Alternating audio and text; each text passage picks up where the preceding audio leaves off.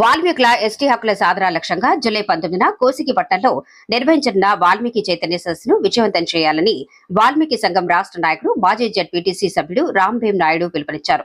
శుక్రవారం కోసిగిలో ఏర్పాటు చేసిన విలేకరుల సమావేశంలో ఆయన మాట్లాడుతూ మంత్రాలయ నియోజకవర్గ పరిధిలోని కోసిగి, కౌతాళం, పెద్దకడబూరు, మంత్రాలయం మండలాలకు చెందిన వాల్మీకి కుటుంబాలు భారీ సంఖ్యలో సదస్సుకు హాజరు కావాలని కోరారు. దశాబ్దాలుగా వాల్మీకులకు ఎస్టీ జాబితాలో చేర్చాలని ఉద్యమాలు, వినతులు, పోరాటాలు కొనసాగుతున్నప్పటికీ ఆశించిన ఫలితం దక్కలేదని తెలిపారు. ప్రస్తుతం రాష్ట్రంలో కూటమి ప్రభుత్వం, కేంద్రంలో ఎన్డీఏ ప్రభుత్వం అధికారంలో ఉన్న నేపథ్యంలో వాల్మీకుల డిమాండ్కు అనుకూలంగా వాతావరణం ఏర్పడిందని పేర్కొన్నారు. ముఖ్యమంత్రి నారా చంద్రబాబు నాయుడు మరోసారి అసెంబ్లీలో తీర్మానం చేసి కేంద్ర ప్రభుత్వానికి పంపి వాల్మీకులకు ఎస్టీ హోదా సాధనకు కృషి చేయాలని విజ్ఞప్తి చేశారు.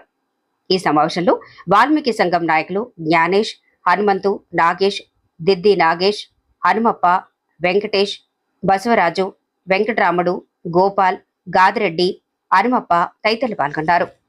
ప్రధానంగా వాల్మీకుల చిరకాల కాంచైన కోరికైన ఎస్టీ రిజర్వేషన్ పునరుద్ధరణ కోసం రాష్ట్రంలో అనేక చోట్ల ఉద్యమాలు జరుగుతున్నాయి. అందులో భాగంగానే వాల్మీకులు చైతన్య సదస్సులు నిర్వహిస్తున్న సందర్భంగా మంత్రాలయం నియోజకవర్గం వైడిగా చైతన్య సదస్సు కోసిలో నిర్వహించాలనుకున్నాం.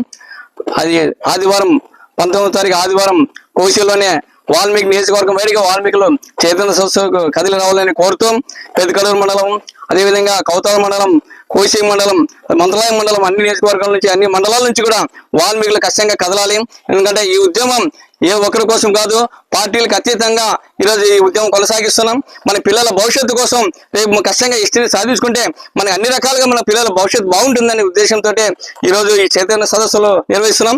ఈ చైతన్య సదస్సుకి పెద్దలందరూ కూడా కలిసి రావాలి. పార్టీలకు అతీతంగా కూడా ఈ ఉద్యమాన్ని కలిసి వచ్చి ఈ కోశలో జరిగే చైతన్య సదస్సును జయప్రదం చేయవలసిందిగా కోరుతున్నాం. జై వాల్మీకి. మాజీ జెడ్పీటీసీ, వాల్మీకి సంఘం రాష్ట్ర సీనియర్ నాయకులు.